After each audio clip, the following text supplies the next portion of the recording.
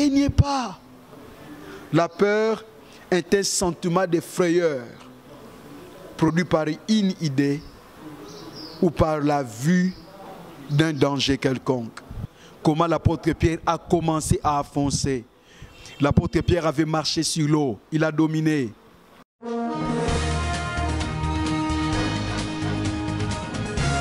Je vous salue au nom du Seigneur Jésus-Christ, le Fils de Dieu vivant. Je vais lire ensemble avec vous Matthieu chapitre 28, verset 1er jusqu'au verset 5. Si vous avez vos Bibles, vous pouvez lire ensemble avec moi. Je lis au nom de Jésus. Après le sabbat, à l'aube du premier jour de la semaine, Marie de Magdala et l'autre Marie allèrent voir les sépulcres. Et voici, il y eut un grand tremblement de terre, car un ange du Seigneur descendit du ciel, vint rouler la pierre et s'assit dessus. Son aspect était comme l'éclair et son vêtement blanc comme la neige. Les gardes tremblèrent de peur et devinrent comme morts. Mais l'ange prit la parole et dit aux femmes, « Pour vous, n'ayez pas peur. Pour vous, n'ayez pas peur. Pour vous, n'ayez pas peur. Car je sais que vous cherchez Jésus qui a été crucifié. » Mes frères et sœurs dans le Seigneur, remarquez la parole de l'ange. Pour vous, n'ayez pas peur. Aujourd'hui, j'aimerais partager avec vous ces messages sur la peur. La peur, c'est pour les autres, pas pour vous les femmes, vous qui cherchez Jésus. Voilà ce que les anges voulaient dire. La peur, ce n'est pas pour nous les chrétiens. Aujourd'hui, le monde entier est rempli par la peur. La peur de Covid. Vous savez, mes bien-aimés dans le Seigneur, le monde est une fois de plus frappé par le coronavirus, plus que l'année passée 2020. Pour le moment, on nous parle même de notre espèce de coronavirus. Et nous voyons combien le mort se compte encore, comme c'était en 2020. Il y a aussi la peur des vaccins. Beaucoup de personnes m'interrogent sur les vaccins. Certains disent, est-ce que nous, enfants de Dieu, devons nous prendre ces vaccins? Et d'autres encore disent qu'il y aurait le 666 derrière les vaccins. Mais je pense que pendant cet enseignement, nous allons répondre à toutes ces questions. Pour vous, n'ayez pas peur. Mais il y a une chose que nous devons retenir, que la peur n'est pas pour nous. C'est comme ça que les anges ont précisé. Parce que quand vous lisez les versets précédents, du même chapitre que nous venons de lire, de Matthieu chapitre 28, la Bible dit que lorsqu'il y eut les tremblements de terre, lorsqu'il y eut ces grands événements de la résurrection du Seigneur, le soldat romain qui gardait les sépulcres pour empêcher le Seigneur de ne pas ressusciter, ou encore empêcher les disciples de Jésus de venir voler le corps du Seigneur comme ils pensaient, la Bible dit tous ces militaires forts, bien formés, puissants, expérimentés, tombèrent comme morts. D'abord, il y eut peur. Vous voyez, la peur les a envahis, ces militaires. Ils ont été envahis par la peur. Alléluia, alléluia, alléluia. Mais quelques minutes après, les anges ont parlé aux femmes qui avaient aussi peur. Et les anges ont dit, pour vous, n'ayez pas peur, ne craignez pas.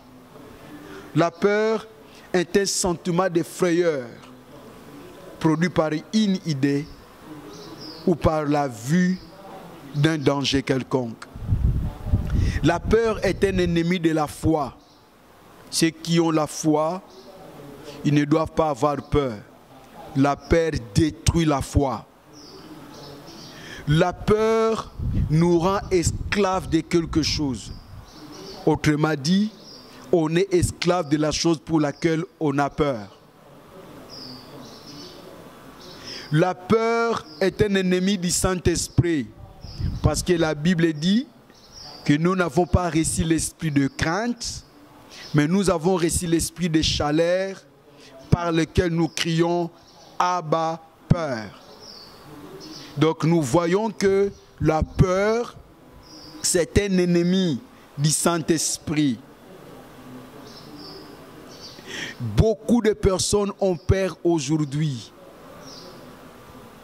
La peur bannit le courage, combat le courage. Vous voyez, quelqu'un qui est courageux, s'il cède à la peur, c'est fini pour lui. C'est pour cela que le Seigneur a raison quand il nous dit, pour nous les enfants de Dieu, nous ne devons pas avoir peur. Nous ne devons pas avoir peur des vaccins contre le coronavirus. Nous ne devons pas avoir peur de tous les rumeurs disant qu'il y aurait 666 derrière ces vaccins. Certaines personnes, certains internautes ne seront pas d'accord avec moi. Mais ce que je sais, la Bible nous dit que les 666 n'interviendront qu'après l'enlèvement de l'Église. Je vous dis la vérité, tant que vous êtes encore là, vous qui, je m'adresse aux chrétiens, je ne m'adresse pas aux hommes qui vont à l'église, mais je m'adresse aux hommes et aux femmes qui sont nés de nouveau, qui ont fait l'expérience de la nouvelle naissance. Aux hommes et aux femmes qui ont cru en Jésus-Christ, qui ont confié leur cœur en Jésus-Christ, qui sont devenus les fils du Père, selon Jean chapitre 1er verset 12, à qui la parole a donné le pouvoir de devenir enfants de Dieu. Parce que tout le monde ne l'est pas. Nous sommes tous créatures de Dieu, mais nous ne sommes pas tous enfants de Dieu. On n'est pas enfants de Dieu, on les devient.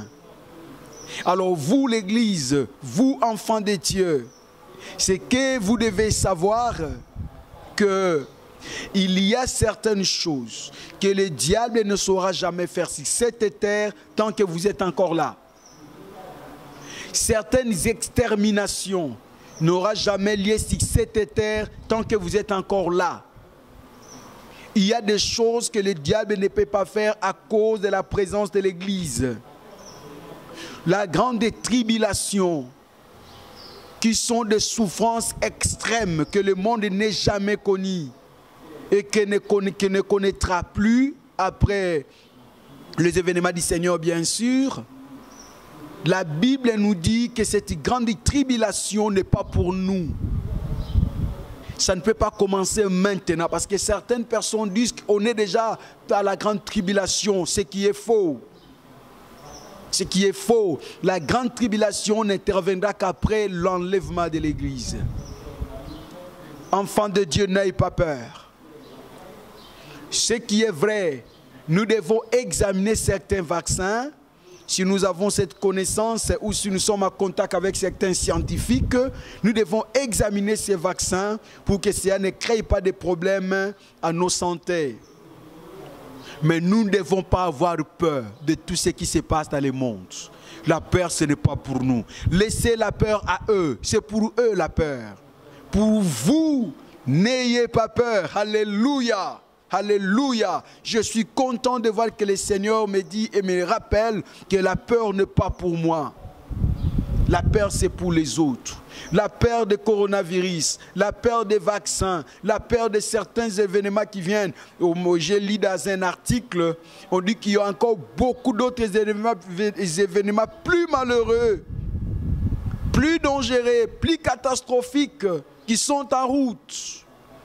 Oh, mais moi je n'ai pas peur parce que le Seigneur lui-même a dit, pour vous, n'ayez pas peur. Alléluia. Les gens ont peur de quoi, mes frères? Il y a certaines personnes qui ont la peur de mourir. Vous voyez, même quand on parle de vaccins, quand on a peur de ces vaccins, quand on parle de Covid, tout ça c'est la peur de mourir. C'est pour cela que Jésus avait dit, celui qui croit en moi vivra quand bien même il serait mort. C'est le plus beau verset de ma vie. Jean chapitre 11, verset 25. Ça dit, la vie que Jésus donne est plus puissante que la mort. Alléluia. Oh, la peur, c'est pour les autres, c'est pas pour nous. J'ai envie de sauter dans ces studios. Alléluia, alléluia, alléluia. Au moment où même des milliardaires ont peur, moi, le Seigneur me dit, pour toi, n'aie pas peur. Je sais que pendant que je suis en train de parler, il y a un enfant de Dieu qui est encouragé, qui est consolé. N'oublie pas de nous le faire savoir par des commentaires. Les gens ont peur de mourir. Je me souviens, avant que je parle je vous parle de deuxième point, je me souviens d'un homme qui est venu me voir. Ce jeune homme a beaucoup de moyens. Et ce jeune homme m'a dit, comme vous me voyez agir avec une grande vitesse, ce n'est pas que je suis un homme fort, mais c'est parce que j'ai peur.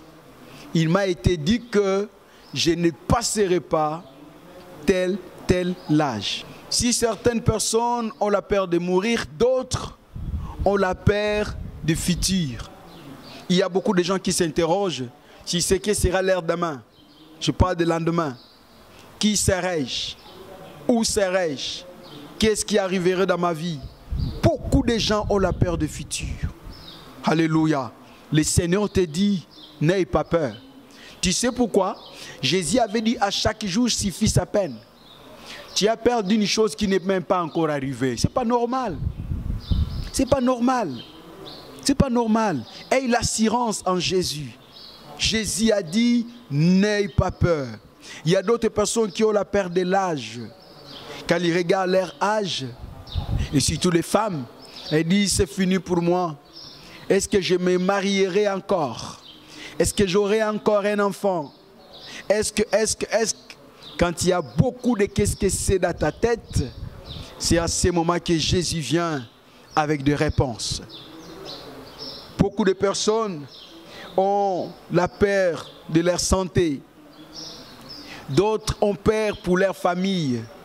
Ils disent que si je ne suis pas là, que serait ma famille demain? Que deviendrait ma famille demain? C'est comme j'avais dit il n'y a pas longtemps, mais comment tu as peur d'une chose qui n'est pas encore arrivée? Tu as peur d'un moment, d'une période, d'une année qui n'est pas encore arrivée. Ce n'est pas normal. À chaque jour suffit sa peine. Alléluia. Alléluia. Que Dieu soit loué. Que Dieu soit loué. Enfants de Dieu, soyons très contents parce que le Seigneur nous rassure que nous ne devons pas avoir peur. J'ai même trouvé certaines personnes qui ont peur de leurs frères.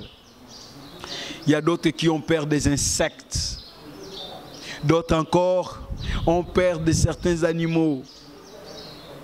Vous voyez mes frères, quand ils voient les souris passer, ils ne font que crier au nom de Jésus. Laissez le nom de Jésus calme. C'est la peur. Il y a même des gens qui ont peur de noir. Il y a même ceux qui ont peur de sortir la nuit. Il va remarquer quelque chose, il dit, mais ça c'est comme un homme. Et quand le matin sera là, tu vois, c'était même pas un homme, c'est juste un habit que toi-même tu avais mis sur les fils, par exemple. Donc, tu ne dois pas avoir peur. La peur bannit la joie. La peur est l'ennemi de la paix. La peur est l'ennemi de l'avenir. Alléluia. D'autres personnes ont peur des sorciers. Ça m'étonne de voir que certains enfants de Dieu ont peur des sorciers. Aujourd'hui, le Seigneur te rappelle, pour toi, n'aie pas peur. Certains biblistes disent que dans toute la Bible, 365 fois, il est répété, ne crains pas, ne crains rien, n'aie pas peur. Et si cela est ainsi, cela veut dire que le Seigneur nous dit que chaque jour, il nous rappelle, n'aie pas peur. N'aie pas peur, n'aie pas peur. N'aie pas peur pour tes enfants. N'aie pas peur pour ton futur. N'aie pas peur pour ton foyer. N'aie pas peur pour ta vie professionnelle. N'aie pas peur pour la circonstance qui t'envahit maintenant. N'aie pas peur. Vous savez mes frères, il y a ce qu'on appelle les méfaits de la peur. La peur produit certaines conséquences. J'aimerais vous parler des 5 conséquences ou des 5 méfaits de la peur. La première chose, la peur conduit au suicide. Il y avait un homme chez nous dans notre pays. Cet homme avait une dette de 500 $. Et son créancier lui a dit qu'il va l'amener en justice et il va lui faire du mal. Le monsieur était fonctionnaire de l'État. Il était incapable de l'époque, bien sûr. Il était incapable de payer, de l'époque de Mobutu, il était incapable de payer cet argent. Alors, le monsieur, un jour, il était avec son ami au 3e étage. Il s'est jeté depuis le 3e étage jusqu'en bas. Il est mort. La police a ouvert une enquête et certaines personnes ont été arrêtées. Ils ont été soupçonnés d'avoir jeté l'homme depuis, poussé l'homme depuis le 3e étage. Mais son ami intime est allé à la police. Il a dit à la police, non, non. Il me disait chaque fois qu'il va se suicider. Il me le disait à tout moment. Il avait peur de son créancier. Il avait peur de la dette qu'il avait. Et il avait déjà pris la décision de se suicider. Vous voyez, la peur conduit au suicide. La deuxième chose, ou encore le deuxième effet de la peur nous amène à renier Dieu. Souvenez-vous de notre frère Pierre. La Bible dit Pierre était devant une femme. Une femme, s'il vous plaît. Mais Pierre a renié le Seigneur. Vous savez pourquoi Pierre a renié le Seigneur 3 fois? Parce qu'il avait peur. Il avait peur de la femme, il avait peur des hommes, il avait peur des militaires, il avait peur des sacrificateurs, il avait peur de sa vie. Quand vous avez peur, ça peut vous amener à nier ou à renier le Seigneur. Le troisième effet de la peur amène le doute. Il s'agit du troisième effet de la peur. Vous savez, la Bible dit, si quelqu'un doute, il ne doit pas s'attendre à quelque chose de la part de Dieu.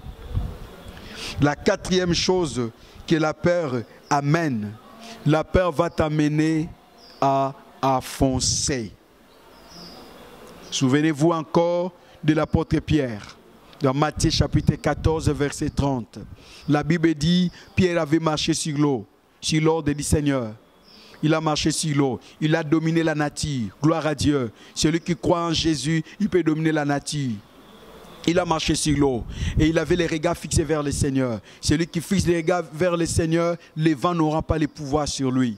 Mais la Bible dit, le fait que les vents étaient forts et qu'il y avait les flots, Pierre a enlevé les regards du Seigneur vers le vent. Vous voyez, il a maintenant changé la direction des regards. Lorsque nous cédons, nous laissons la place à la peur. Le quatrième effet de la peur, c'est enfoncer. Quand nous avons peur, la peur va nous enfoncer. Souvenez-vous de Matthieu chapitre 14, verset 30. On nous parle de l'apôtre Pierre. Comment l'apôtre Pierre a commencé à enfoncer. L'apôtre Pierre avait marché sur l'eau. Il a dominé l'eau. Il a dominé la nature. Celui qui croit en Jésus peut dominer la nature. Il a commencé par marcher sur l'eau. C'était l'ordre du Seigneur. Mais que dit la Bible, mes frères? La Bible dit, comme il y avait les flots, comme il y avait le vent était si fort. Et Pierre a tourné maintenant les regards vers le vent. Il n'avait plus les regards fixés vers le Seigneur.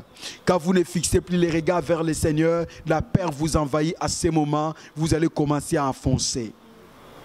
Et la Bible déclare, Pierre a commencé à enfoncer. Vous voyez mes frères, quand nous avons peur, nous allons commencer à enfoncer. Parce que la parole de Dieu est claire. Il y eut peur. Quand vous portez les regards vers les circonstances, la peur va vous envahir.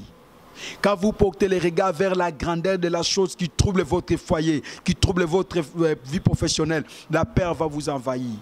Quand vous portez les regards sur la grandeur ou l'état de votre santé, l'état de votre maladie, ou ce que le médecin a dit, la peur va vous envahir. Et quand la peur vous envahisse, automatiquement, vous allez commencer à enfoncer. Et la Bible dit, Pierre a commencé à enfoncer. Dieu merci. Parce que Pierre était sage, avant que l'eau arrive jusqu'au cou, il a crié, Seigneur, sauve-moi. Et la Bible dit, Jésus étendit sa main et il le sauva. toute personne qui a peur, s'il crie à Jésus, Jésus va étendre la main et le sauver. Alléluia, alléluia, alléluia. La peur détruit la foi. Quelqu'un peut me poser la question de savoir, pasteur, pourquoi tu nous demandes de ne pas avoir peur? J'aimerais vous donner 5 raisons. Et je termine mon enseignement par là. Les 5 raisons qui m'amènent à vous dire de ne pas avoir peur. La première raison pour laquelle un enfant de Dieu ne doit pas avoir peur, parce que c'est Dieu qui l'a dit. C'est Dieu qui a dit, n'ayez pas peur. C'est Dieu qui a dit, pour vous, ne craignez pas. C'est Dieu qui a dit, ne crains pas. C'est une parole qui sort de la bouche de Dieu. C'est la parole du Seigneur. Vous savez que certaines personnes ont marché sur l'eau parce qu'ils ont crié à la parole du Seigneur. Vous savez que certaines personnes ont quitté la tombe pour sortir encore ou revenir dans le monde des vivants parce qu'ils ont entendu la parole du Seigneur. Quand le Seigneur parle et que nous mettons foi à cette parole, les choses changent. Alléluia. Alléluia, alléluia. C'est pour cela que des personnes comme Abraham, ils ont eu l'enfant à un âge avancé, avec sa femme qui ne pouvait jamais avoir les enfants, tout simplement parce que le Seigneur avait parlé. Quand Dieu dit quelque chose, cela arrivera. Dieu n'est pas comme nous. Nous, parfois, nous parlons même si nous n'avons rien à faire ou rien à dire. Nous parlons seulement. Mais quand Dieu parle, c'est qu'il a quelque chose à faire. Le Seigneur nous a dit, ne craignez point. Comme il te dit, ne crains pas, cela veut dire qu'il a pris le contrôle de la chose qui te faisait peur. Vous comprenez ça? Quand le Seigneur dit, n'aie pas peur, cela veut dire qu'il a pris le contrôle, il a pris les commandes de la chose qui te faisait peur. Donc, la première raison pour laquelle tu ne dois pas avoir peur, parce que Dieu lui-même a dit, n'aie pas peur. La deuxième raison pour laquelle tu ne dois pas avoir peur, parce que vous cherchez Jésus. Vous cherchez Jésus. Matthieu chapitre 28, le verset 4 et 5. Regardez ce que les anges disent. Pour vous, n'ayez pas peur. Je sais que vous cherchez Jésus qui a été crucifié. Alléluia. Je voulais dire à ceux qui cherchent le Seigneur, par la prière, par le jeûne, par la foi, vous qui cherchez le Seigneur pendant longtemps, n'ayez pas peur. N'ayez pas peur des résultats. N'ayez pas peur de votre futur. N'ayez pas peur de ce qui se passe dans votre maison. Parce que quand vous cherchez Jésus, il se laissera trouver. Et les femmes ont trouvé Jésus. Ceux qui cherchent Jésus le trouvent toujours. Il est écrit dans la parole de Dieu, excusez-moi, la Bible dit ceci, celui qui sème avec larmes, moissonnera avec chant d'allégresse. Alléluia. N'aie pas peur. Toi qui cherches Jésus, tu vas moissonner avec le chant d'allégresse. Vous savez, quand le Seigneur visite son peuple, même sa louange change. Alléluia. Vous qui cherchez le Seigneur, vous n'avez pas le droit d'avoir peur. Donc la deuxième raison pour laquelle un enfant de Dieu ne doit pas avoir peur, c'est parce que tu cherches Jésus qui a été crucifié. La troisième raison pour laquelle un enfant de Dieu ne doit pas avoir peur, c'est parce que Jésus est dans la même barque que toi. Il est dans la même barque que toi. Souvenez-vous quand les disciples étaient dans la barque, il y avait l'eau qui entrait, il y avait le vent qui soufflait, il y avait le flot, il y avait tout ce qui pouvait amener la peur. Et la Bible dit que le Seigneur dormait tranquillement. Et les disciples avaient peur. Mais comme le Seigneur était là, la mort ne peut pas le toucher. Alléluia. Dans Matthieu chapitre 28, versets 18 à 20, les Écritures disent ceci. Le Seigneur a dit que tout pouvoir m'a été donné dans les cieux et sur la terre. Et l'apôtre Paul ajouta, même sous la terre. Et le Seigneur dit encore, il nous a demandé d'aller, de faire le disciple, mais regardez le verset 20, il dit, je suis avec vous tous les jours. Prends ta Bible et regarde le verset 20. Je suis avec vous tous les jours jusqu'à la fin des temps. Quand nous regardons ces textes, nous voyons 4 totalités. Au verset 18, on parle des totalités de pouvoir. Tout pouvoir m'a été donné. Jésus a tous les pouvoirs. Celui qui me dit de ne pas avoir peur, il a tous les pouvoirs. Celui qui est dans la même barque que moi, il a tous les pouvoirs. Celui qui ne m'a pas abandonné, il est dans ma maison, il a tous les pouvoirs. Et la deuxième totalité, c'est dans le verset 19. Il dit, allez, faites de toutes les nations des disciples. Il parle de totalité des nations. C'est là où nous allons faire des disciples. Et la troisième totalité, c'est la totalité de l'évangile. Lorsqu'il dit enseignez-leur tout ce que je vous ai enseigné. La totalité de la parole. Enseignez-leur tout. Et la quatrième totalité, c'est ce que j'aime beaucoup. Le verset 20. Il a dit, et voici je suis avec vous tous les jours, jusqu'à la fin des temps. Nous voyons maintenant la sécurité totale. Alléluia. N'aie pas peur parce que le Seigneur est avec toi. Tu es perdu dans la forêt, le Seigneur est là. Le Seigneur est là. Tu es dans l'eau, le Seigneur est là. Tu es en l'air dans un avion, le Seigneur est là. Et comme le Seigneur est là, tu ne dois pas avoir peur. Tu dois avoir peur de personne, tu dois avoir peur de rien. Parce que le Seigneur est là. Et son silence n'est pas son absence. Vous savez, quand les disciples ont rêvé, Jésus, il a maîtrisé les vents. Qu'est-ce que le Seigneur avait dit? Pourquoi avez-vous eu peur? C'est comme s'il voulait leur dire, mais comme je suis là, en réalité, vous ne devez même pas avoir peur. Parce que l'eau ne peut jamais vous détruire, ne peut jamais vous tuer. Parce que moi, je suis le créateur de l'eau. Alléluia! Alléluia! Alléluia. Et la cinquième chose pour laquelle vous ne devez pas avoir peur. Donc la première raison pour laquelle vous ne devez pas avoir peur, parce que Dieu l'a dit. La deuxième raison, parce que vous cherchez Jésus-Christ. La troisième raison, parce qu'il est dans la même barque que vous.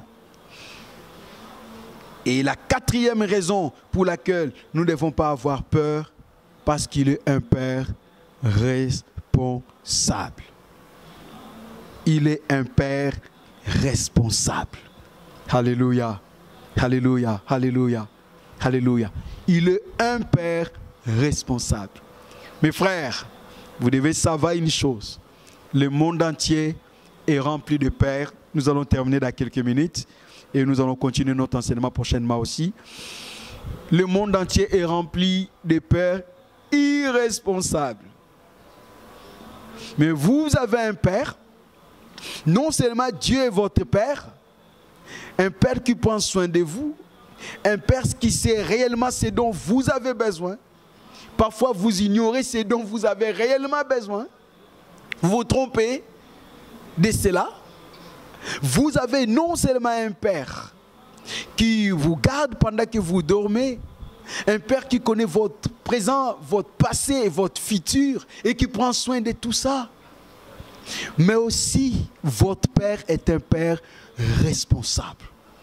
Je vous renvoie dans les dictionnaires ou encore dans quelques ouvrages de la philosophie. Lisez qui signifie un homme responsable. Vous n'avez pas raison d'avoir peur. Je vais prier pour vous. Si quelqu'un parmi vous avait peur, il peut prier avec moi. Dieu notre Père, je te recommande mon frère et ma soeur. Et tu connais la chose qui le faisait peur. À l'instant, dans le nom de Jésus, je chasse la peur dans sa vie. Et je prie que ta grâce entre dans sa vie. Et que ta grâce résolue son problème. Et que ta grâce l'amène là où il ne pouvait jamais arriver. Dans le nom de Jésus, que chaque personne qui m'a suivi, qui a suivi cet enseignement soit bénie. Au nom de Jésus-Christ. Amen.